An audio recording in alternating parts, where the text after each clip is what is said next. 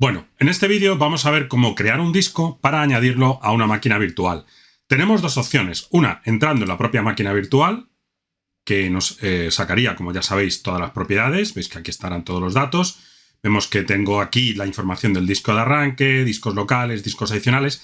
Si aquí le diera a editar, ¿vale?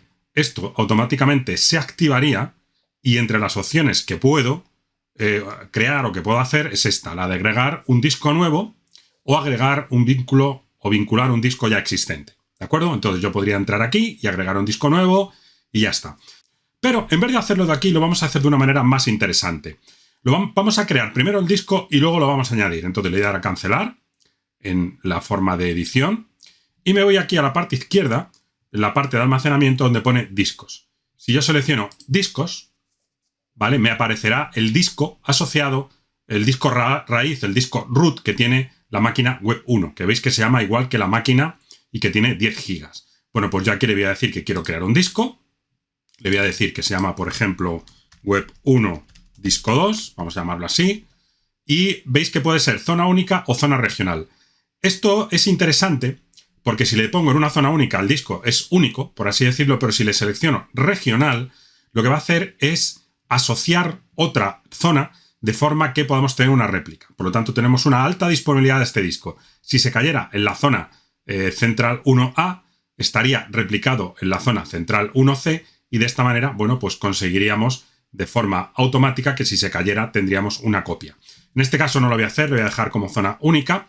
Y una cosa muy importante que tengo que tener en cuenta es que debería de crearme el disco en la misma región donde estoy trabajando con la máquina. Es decir, si yo quiero que este disco luego añadirlo a la máquina web 1, tengo que crearlo en el mismo sitio, porque si no, no lo encontraría.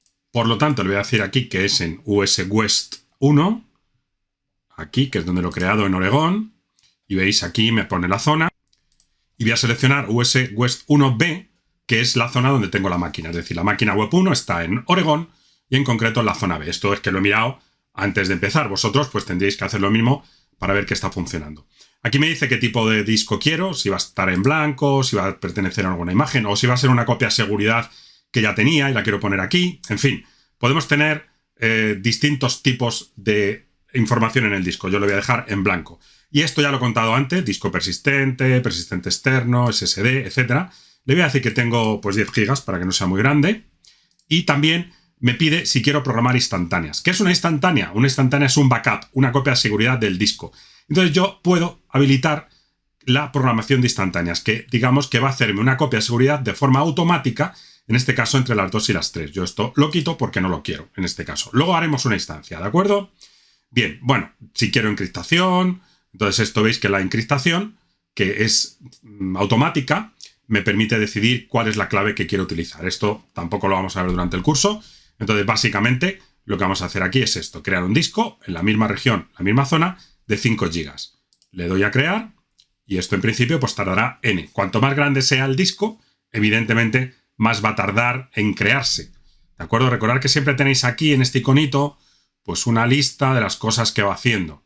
¿Vale? Entonces yo voy a pausar el vídeo mientras termina de crear el disco. Bueno, como veis ya ha terminado, web 1 disco 2. Voy a cerrar aquí. Y ahora lo que voy a hacer, pues básicamente va a ser irme a la máquina. Dentro de la máquina voy a acceder. Una vez que estamos dentro de la máquina, le damos a editar y nos bajamos hacia abajo, hacia la parte del almacenamiento. Y aquí, como os acordáis que hemos hecho al principio, podría agregar un disco nuevo, con lo cual no me habría ido falta venir aquí, que sería quizá normal. Pero aquí le digo vincular un disco existente. Y aquí me tiene que salir una lista de los discos asociados que puedo poner. Recordad, misma región, misma zona. Lo selecciono, le digo si va a ser normal, de lectura-escritura, y que me digo, oye, ¿qué pasa cuando se borra la máquina?